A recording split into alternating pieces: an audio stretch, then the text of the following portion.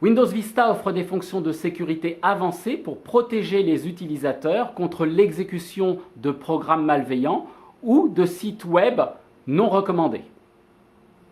Alors, premier élément qu'on voit ici lors de cette petite démonstration, l'inclusion de Windows Defender, donc logiciel anti-espion directement au niveau de Vista. Donc on va pouvoir voir l'historique de tout ce qui a été installé, etc. sur le poste de travail, la possibilité de régler un certain nombre d'éléments, d'options sur le poste, donc quels sont les degrés d'alerte qui sont proposés, à quelle fréquence ils surviennent sur le poste Windows Vista. Nous avons aussi la possibilité d'accéder à l'explorateur de logiciels qui va valider à la fois les logiciels qui sont installés sur la machine et qui démarrent avec la machine, aussi les logiciels qui sont en cours d'exécution. Donc on a tout le détail de ce qui se passe sur la machine. Et notamment, vous avez souvent plein de petits logiciels qui peuvent démarrer en même temps que la machine, qui peuvent faire des choses mal intentionnées. Là, Windows Defender vous les signale.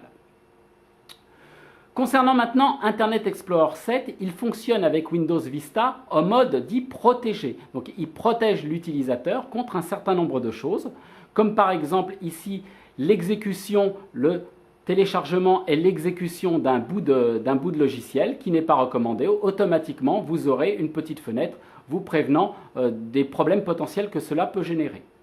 Vous avez aussi un contrôle qui est réalisé par Internet Explorer 7 sur les certificats. Donc si le certificat est erroné ou périmé sur un site, il vous le signale par cette fenêtre. Fonction également offerte par Windows Vista sur les sites d'hameçonnage. Donc ces fameux sites en fait qui se font passer pour des sites connus qui de cette façon vont tromper votre confiance. Windows Vista les répertorie, vous les signale et les signale par un petit bandeau aussi qui passe immédiatement, comme on le voit ici, en rouge pour vous en avertir. Alors, autre point qui a été amené par Windows Vista, qui était très intéressant, c'est ces fonctions d'élévation, ce qu'on appelle l'élévation de privilèges. Prenons un exemple. Même si vous disposez de tous les droits sur votre poste de travail, imaginez que vous soyez administrateur de votre poste de travail, il n'empêche que tout ce que vous exécutez se fait avec des droits communs, des droits d'utilisateur. Si vous avez besoin de réaliser, comme on le voit ici, une tâche avec des droits supplémentaires, des droits administrateurs, matérialisés par le petit bouclier dans les différentes actions, par exemple du poste de travail, une petite fenêtre apparaît vous demandant de confirmer ces droits pour accéder, cette fois-ci en mode administrateur, au programme particulier.